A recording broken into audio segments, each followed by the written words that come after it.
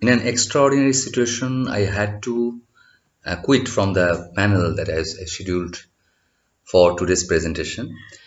This is all complicated with the Indian visa and my urge to visit my mother after 18, 20 months actually.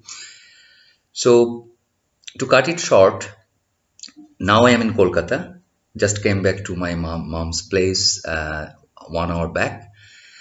This invitation made a lot sense to me, especially my connection with Hana. So I wanted to present in a way that is not how I would have anticipated for this presentation, but this is in a way upholding the invitation from Hana and this conference. My paper was titled as Unpopular and Excluded Scholars' Apathy Towards Local and Popular Culture.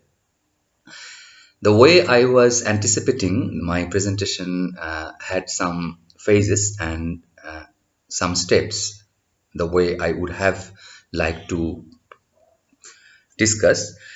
But now it is kind of a glimpses of what I could have made on for this paper. I wanted to start with my journey in what is being called as popular culture or popular art and in scholarship. Back in 1997, I first started working on advertising visuals and photographs, more specifically on photographs. It was because of Drik that I came into that field.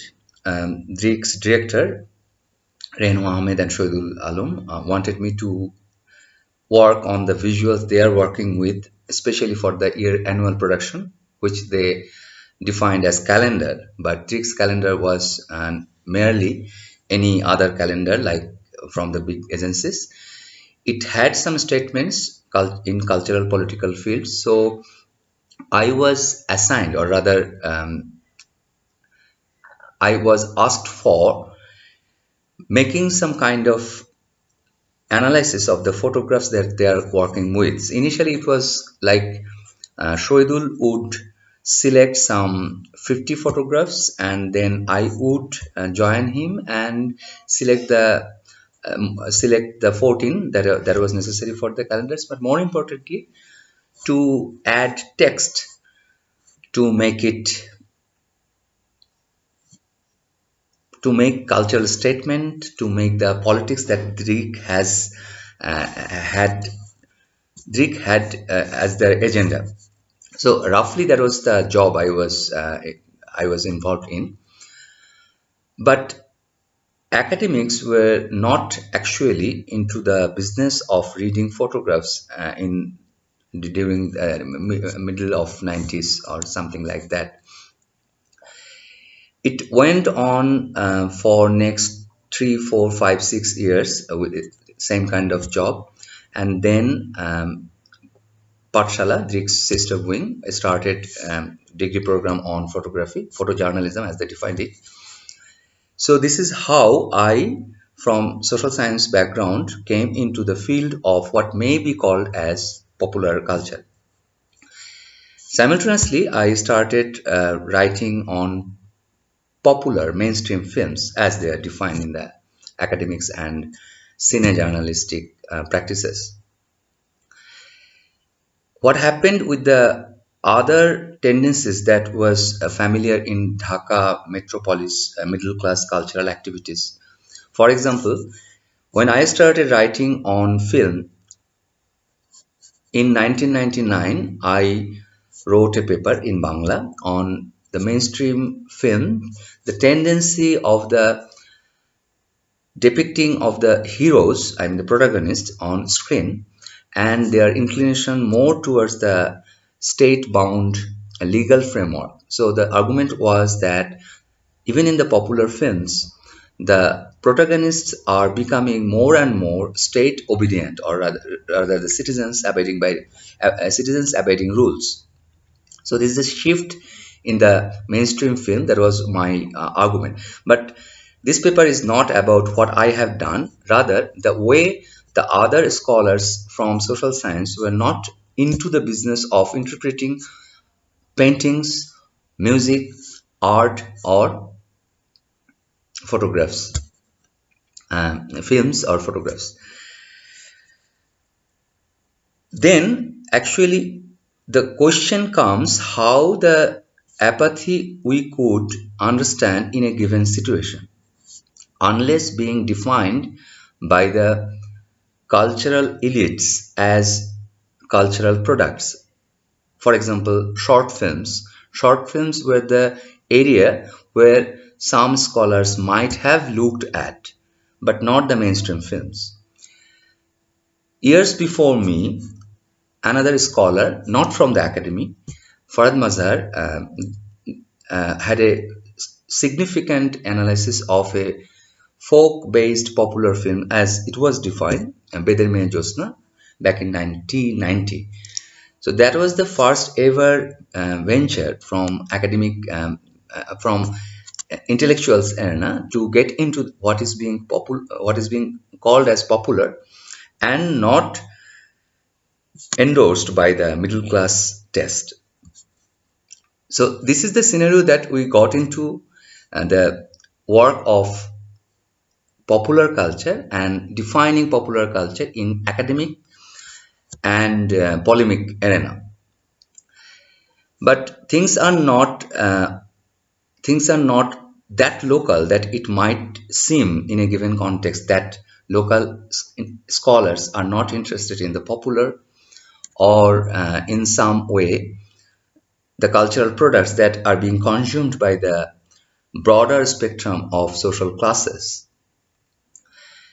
Saying so, this tendency has its own global transnational characters in a given situation. For example, people who would come for researching on Bangladeshi folk, if it is the right word, they would do so because of the um, academic agenda that are on desk by the defined Western or Northern universities. So things are complicated to that extent. Some agenda should come from the foreign or northern or branded universities, and then there are the issues. They are the academic issues that can attract local scholars regardless of their affiliation in a local university or in a northern university. The question of popular, defining popular, is itself a political act because the battleground between popular culture and culture with taste has long been an issue in the cultural cartography of Dhaka metropolis and Bangladesh in general.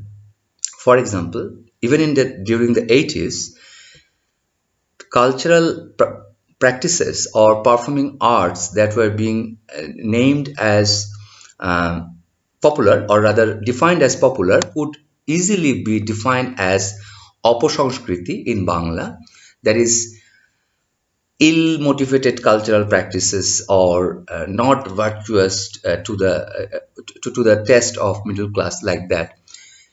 From jeans to guitar, from band music to jeans to Western instrument, everything could be defined as Aposhanskriti, impure cultural practices, not only by the cultural elites, but also can be defined by the political lefts, and these are documented on mostly on magazines or pamphlets or annual book of an organization.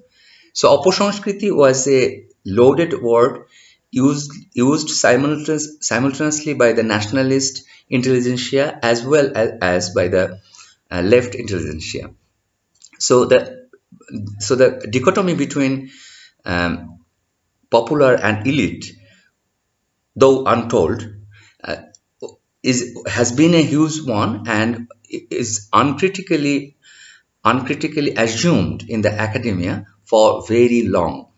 So it was not surprising that I was perhaps the first one to look into what is called mainstream film and not the alternative films as the scholars defined it during 90s. So what is popular has long been unpopular by the academics. There was one argument I could have made in a proper paper. And then comes the question of agency, disparity, and all those things. Like I mentioned that unless being endorsed by the northern universities or the northern scholars, issues are not being raised even in local scenario or local institutions or by the local scholars. And these issues are seriously reflected in the productions. The research monographs, the books are being written, the degrees that are taken in the northern universities. Mostly local cultural forms. My first argument was cultural forms were long um, ignored, long been ignored by the local scholars and by the scholars coming from the northern university, regardless of the racial background. And then, whenever these forms are being endorsed or rather enlisted, the commentaries and the arguments that are being made by the local scholars mostly ignored in the written form of their publication. There, I have some examples in an ideal paper. I could have made those visible, but right now I am just putting my observational argument, and the references are missing here right now. Some exceptions are there, mostly by the local scholars when they are writing in English and taking care of the local works that were done before them. Saying so, one example is right from in my hand, a book called Folk Songs from Feminist Perspective, done by Shibli Chowdhury. He's a professor, assistant professor in folklore department at Kushtia University, Islamic University, and he has consulted quite a lot of Bangla literature, mostly from folklore background and literature background, but not surprisingly, didn't mention my work in analyzing folk songs for feministic perspective or female sexuality. These omissions are this way or that persistent and perhaps designated. In his case, it's more interesting because this book is published by Asiatic Society of Bangladesh. But in other cases, most books are published from the northern, either from the northern press, big presses, or the degrees are provided by the northern university. So it's not an apathy that one could define as the northern university's problem, but the structural insecurity perhaps should be considered as the insecurity of the local scholars themselves. One further observation that is not in the course of the central argument that I was trying to make for this paper. There was a hugely celebrated Lotte Hawk's book on cut pieces. The problem with that, it's not the problem done by herself, but since she went for the obscenity, quote unquote, in the films and the kind of pockets that the producers take as an opportunity and to attract the market, providing pornographic inputs and with a disrupture uh, from the main story or the main film. But of course, this scenario has changed a lot since the decline of the cinema halls and all these things. But for the Western audience, this book largely has been considered as a book on popular culture of Bangladesh. And there is a conceptual disaster takes place because this book is not about popular culture, but actually kind of a production manipulation of the popular cultural outlets to attract audience from certain class, social class and class on taste ground, attract them into the cinema halls. So this book, ironically, is being considered as one of the book on Bangladeshi popular culture that misfit the whole project of understanding popular culture of a given nation, if that is the right cartography of popular culture as a production field. So my paper is about how scholars from local end and from global end, from northern universities, regardless of their racial background, misread the local situation of popular cultural products, and mostly because of the agenda of the northern scholarship and northern publication industry in a uh, particular juncture of academic history. So this is how popular has long been unpopular, and scholars on popular culture, especially the local scholars, are excluded in the northern production of knowledge on popular culture of Bangladesh. Thank you.